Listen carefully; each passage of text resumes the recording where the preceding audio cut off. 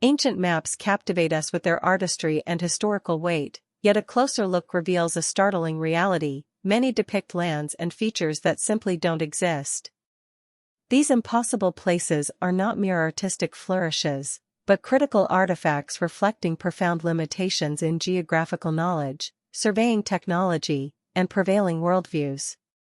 Our exploration today will dissect the systematic reasons behind these cartographic anomalies, moving beyond romantic notions to analyze the scientific, philosophical, and political underpinnings that shaped the ancient world's understanding of its own geography.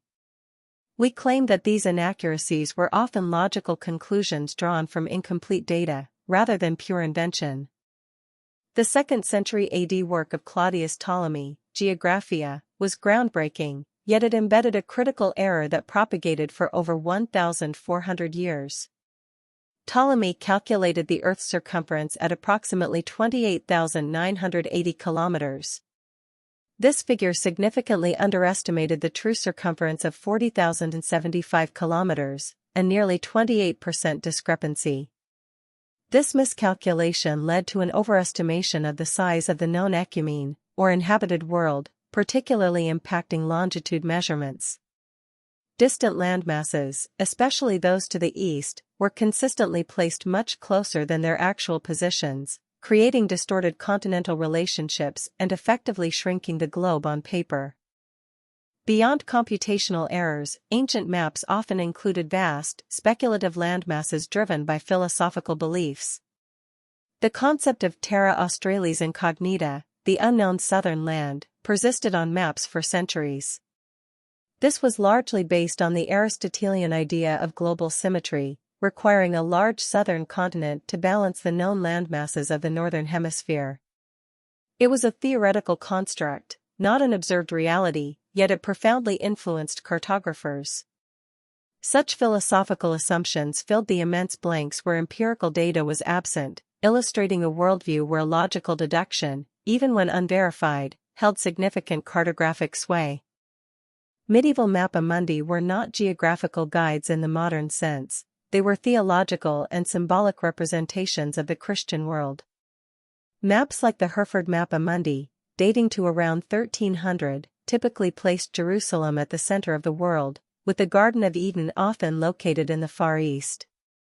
The impossible places here include mythical creatures like sea monsters, biblical figures, and legendary lands, such as Gog and Magog, populating the uncharted fringes. These features reflected the cultural and religious beliefs of the era, where the sacred and the factual were intricately intertwined, producing maps that conveyed meaning and worldview over precise spatial relationships.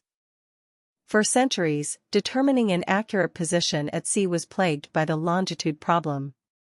While latitude could be calculated relatively easily using celestial observations, typically within 0.5 degrees of accuracy, longitude proved far more elusive.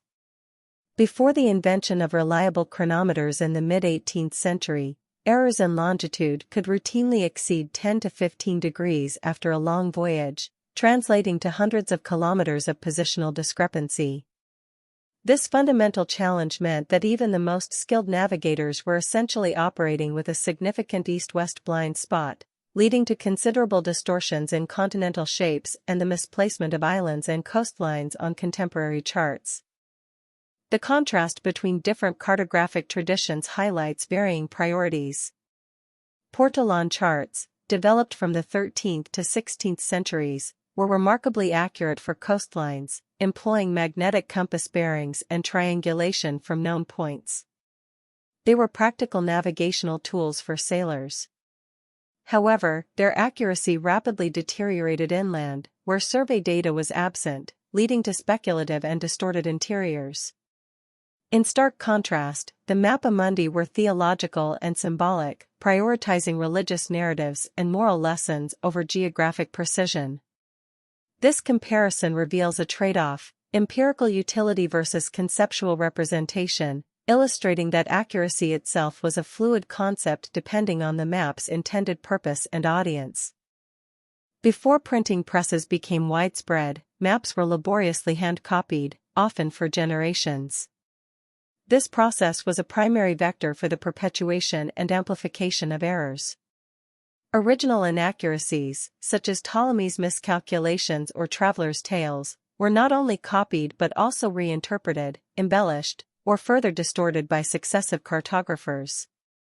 For example, Marco Polo's influential accounts of Asia, while valuable, were filtered through various interpretations before appearing on European maps. Without original source verification, these cumulative mistakes became entrenched, creating a recursive feedback loop where impossible places gained cartographic legitimacy purely through repeated depiction, cementing them for centuries. One of the most enduring and fascinating cartographic errors is the depiction of California as an island. This myth originated around 1510, not from exploration, but from a popular Spanish romance novel, Los Sergas de Esplandian. Despite early Spanish expeditions proving it was a peninsula, the island of California persisted on maps for over 150 years, often with increasing embellishment. It wasn't until the mid-18th century, notably after Jesuit missionary explorations, that it was finally and definitively corrected. This case vividly illustrates how a powerful fictional narrative, once etched onto a map, could override observational evidence and defy correction for generations, demonstrating the human tendency to prioritize compelling stories over verifiable facts. Maps were never purely scientific instruments, they were potent tools of political power and economic ambition. Governments and colonial powers often used maps to assert claims over newly discovered or contested territories, sometimes depicting speculative or even impossible features to bolster their geopolitical agenda. The precise placement of borders, the naming of features, or even the inclusion of unverified lands could reflect a nation's territorial aspirations or trading interests. In this context, cartographic errors or impossible places might not always be accidental but strategic inclusions designed to influence perception, justify exploration, or lay groundwork for future claims, demonstrating maps as instruments of statecraft. Ultimately, the impossible places on ancient maps are far more than simple mistakes. They are invaluable historical data points, revealing the limits of ancient technologies, the depth of philosophical convictions, and the pervasive influence of cultural narratives and political agendas.